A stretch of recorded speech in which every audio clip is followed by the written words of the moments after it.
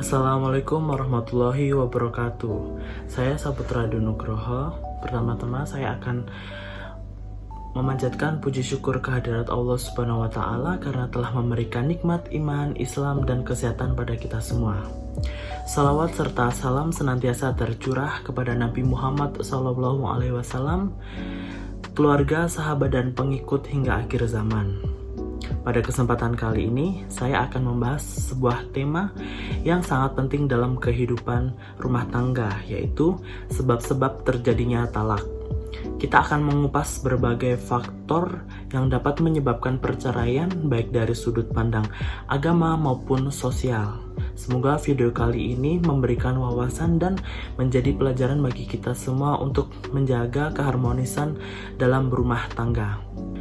Sebelumnya saya sudah mewawancarai 5 orang mengenai sebab-sebab terjadinya talak. Berikut videonya. Kalau menurut saya terjadinya talak 1, 2, dan 3 itu karena pribadi mereka udah nggak nyambung sih. Yang pertama mungkin karena kurangnya komunikasi, yang kedua udah bosen, yang ketiga itu lihat orang lain itu lebih menarik gitu sih.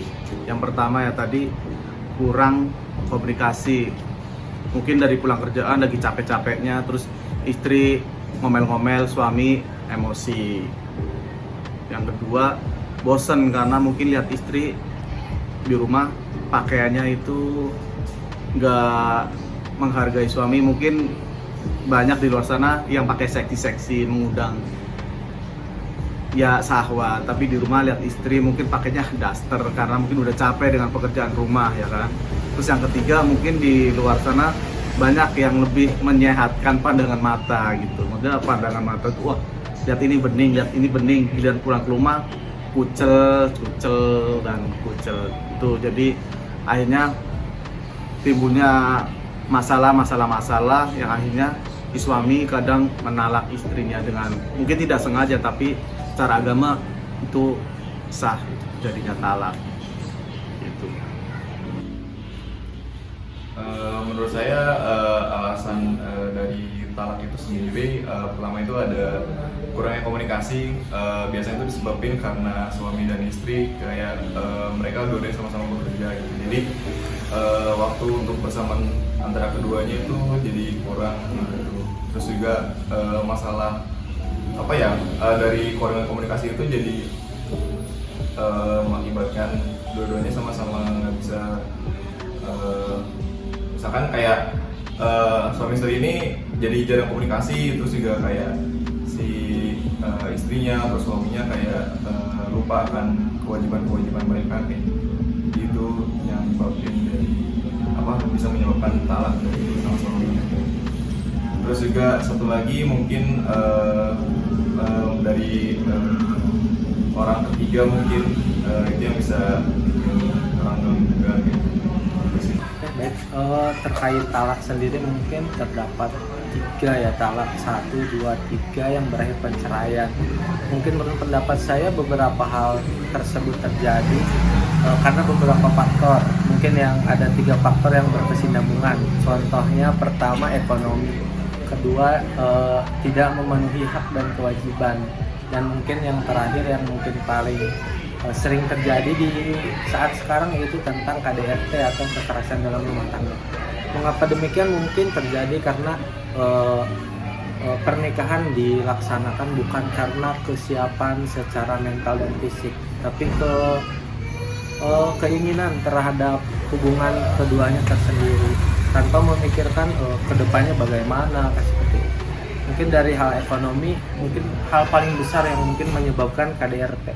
Karena kenapa? Karena mungkin dalam kehidupan rumah tangga itu suami merupakan sosok kepala keluarga yang harus memenuhi beberapa hak dan kewajiban sebagai suami, terutama mengenai kelanjutan hidup seorang anak maupun istri.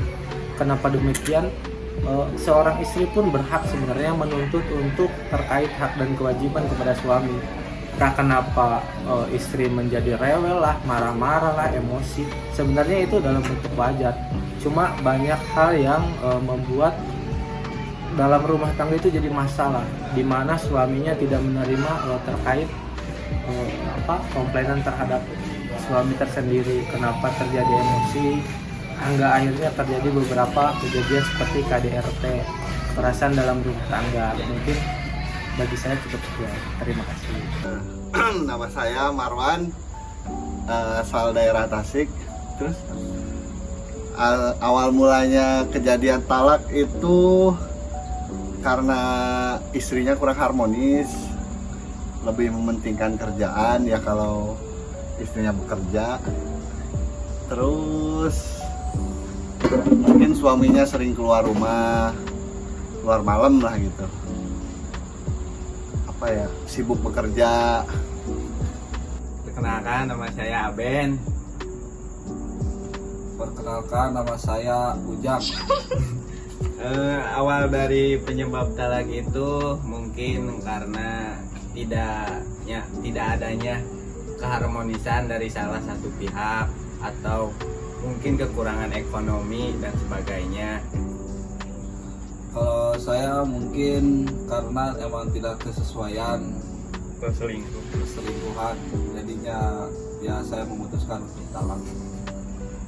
Sebelum kita masuk tema video kali ini, saya akan menjelaskan terlebih dahulu apakah talak itu atau pengertian talak.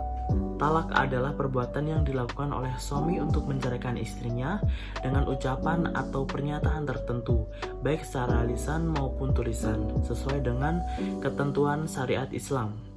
Talak merupakan salah satu solusi terakhir untuk menyelesaikan konflik rumah tangga yang sudah tidak dapat didamaikan.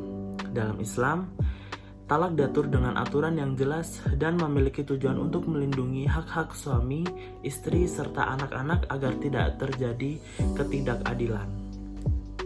Kemudian ada dasar hukum talak dalam Al-Quran dan hadis. Yang pertama, dalam Al-Quran terdapat pada Quran Surah Al-Baqarah ayat 229, talak yang dapat dirujuk itu 2 kali. Setelah itu boleh rujuk lagi dengan cara yang baik atau menceraikan dengan cara yang baik. Kemudian ada juga di Quran Surah At-Talaq ayat 1, Hai Nabi, apabila kamu menceraikan istri-istrimu, maka ceraikanlah mereka pada waktu mereka dapat menghadapi idahnya, dan hitunglah waktu idahnya itu dengan benar. Kemudian pada hadis Nabi, Rasulullah SAW bersabda, perbuatan halal yang paling dibenci Allah adalah talak. Hadis riwayat Abu Dawud, Ibnu Majah, dan Al-Hakim. Prosedur talak dalam Islam. Yang pertama, talak harus dilakukan dengan bijak. Talak hanya boleh dilakukan jika segala cara upaya untuk mendamaikan telah gagal, termasuk mediasi keluarga dan pihak lain. Yang kedua, dilakukan dengan saksi. Dalam Islam, talak disarankan dilakukan dengan kehadiran saksi untuk menghindari kekeliruan. Yang ketiga, masa idah. Istri yang talak harus menjalani masa idah, yaitu masa tunggu sebelum ia boleh menikah lagi. Tujuannya adalah untuk memastikan kehamilan dan memberikan kesempatan bagi pasangan untuk rujuk. Nah, berikut adalah beberapa sebab terjadinya talak atau perceraian dalam perspektif agama Islam dan kehidupan sosial. Yang pertama adalah kurangnya komunikasi yang baik. Ketidakmampuan suami dan istri untuk berkomunikasi dengan baik sering menjadi pemicu konflik yang berkepanjangan. Kesalahpahaman yang terus berulang dapat menyebabkan hubungan menjadi renggang. Kedua, ketidaksesuaian harapan. Perbedaan ekspektasi antara suami dan istri terkait peran, tanggung jawab, atau tujuan hidup bersama dapat menimbulkan rasa kecewa dan akhirnya menyebabkan mereka bercerai. Kemudian yang ketiga adalah masalah ekonomi. Kesulitan finansial, pengelolaan keuangan yang buruk, atau ketidakpuasan terhadap kontribusi ekonomi pasangan dapat memicu pertengkaran yang berujung pada talak. Yang keempat, perselingkuhan. Salah satu penyebab utama perceraian adalah pengkhianatan dalam bentuk perselingkuhan, baik secara emosional maupun fisik. Hal ini seringkali sulit dimaafkan dan menjadi salah satu faktor utama berakhirnya Kemudian yang kelima ada kekerasan dalam rumah tangga atau yang biasa disebut dengan KDRT. Tindakan kekerasan baik fisik maupun psikologis yang dilakukan oleh salah satu pasangan dapat membuat hubungan tidak lagi harmonis dan menyebabkan perceraian. Kemudian yang keenam ada kurangnya pemahaman agama. Jika salah satu atau kedua pasangan kurang memahami nilai-nilai agama, maka kehidupan rumah tangga mereka bisa kehilangan arah yang pada akhirnya memicu perceraian. Yang ketujuh ada campur tangan pihak ketiga. Keterlibatan pihak luar seperti keluarga besar atau teman yang berlebihan dalam urusan rumah tangga dapat menimbulkan ketegangan dan perselisihan. Yang kedelapan ada masalah kesetiaan dan kepercayaan. Hilangnya rasa percaya terhadap pasangan, baik karena perilaku mencurigakan atau hal-hal lain dapat merusak fondasi rumah tangga. Yang kesembilan ada masalah kesuburan. Ketidakmampuan salah satu pasangan untuk memiliki keturunan jika tidak diterima dengan ikhlas bisa menyebabkan perceraian dalam beberapa kasus. Dan yang ke-10 ada perbedaan nilai atau prinsip hidup. Jika pasangan memiliki nilai, prinsip atau tujuan hidup yang sangat berbeda dengan kita, konflik yang muncul dapat menyebabkan hubungan sulit dipertahankan dan menjadi salah satu faktor perceraian juga. Berikut ada beberapa dampak dalam talak. Yang pertama, dampak bagi suami dan istri. Emosi dan psikologis dapat terganggu. Kewajiban nafkah tetap harus dipenuhi oleh suami selama masa iddah. Yang kedua, dampak bagi anak. Anak mungkin kehilangan kehangatan keluarga utuh, perlu pengaturan hak asuh dan nafkah anak. Yang ketiga, ada dampak sosial. Bisa menimbulkan stigma atau pandangan negatif di masyarakat terhadap pasangan yang bercerai. Kesimpulannya, talak dalam Islam bukanlah sesuatu yang disukai Allah, tetapi dibolehkan sebagai solusi terakhir ketika hubungan rumah tangga tidak dapat lagi diselamatkan. Namun, talak harus dilakukan sesuai dengan syariat Islam, penuh hikmah, dan mempertimbangkan dampak bagi semua pihak yang terlibat. Penting bagi pasangan untuk senantiasa memperkuat hubungan dengan komunikasi yang baik, saling memahami, dan menjadikan ajaran agama sebagai panduan dan kehidupan rumah tangga.